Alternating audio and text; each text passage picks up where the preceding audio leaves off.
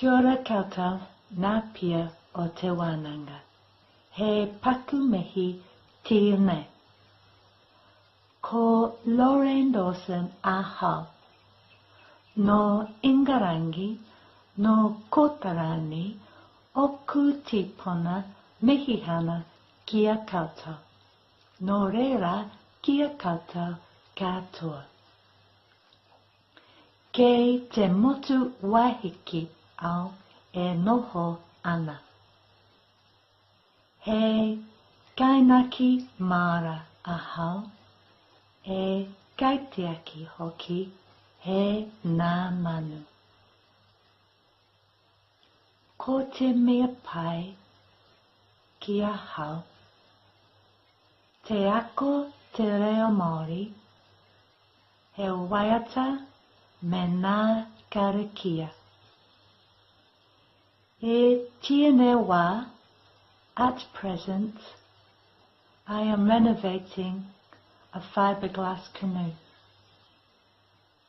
And I have just attended the Native Bird 101, a class in learning how to care for injured native birds. Nō reira, tēnā koutou katoa. Kia ora tātou, e te whānau, e karakia tēnei e hangai ana ki nā tematanga hau. Karakia tuatahi, new beginnings, hei tematanga hau.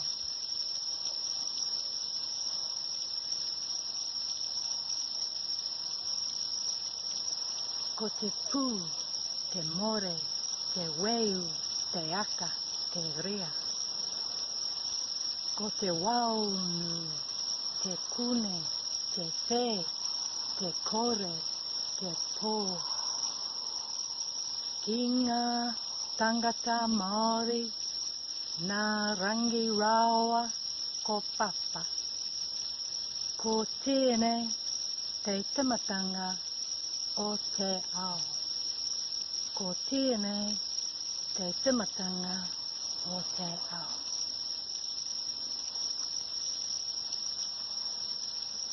He waiataki naki.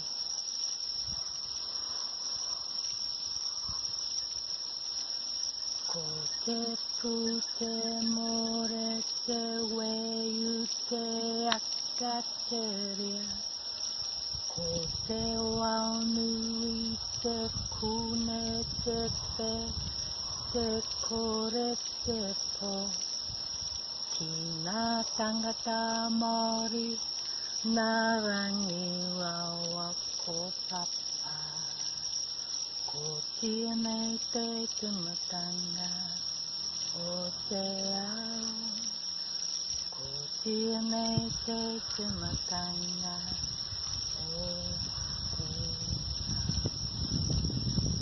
Kia tau te rangi Māori, kia tīna, home, hui e, taiki e.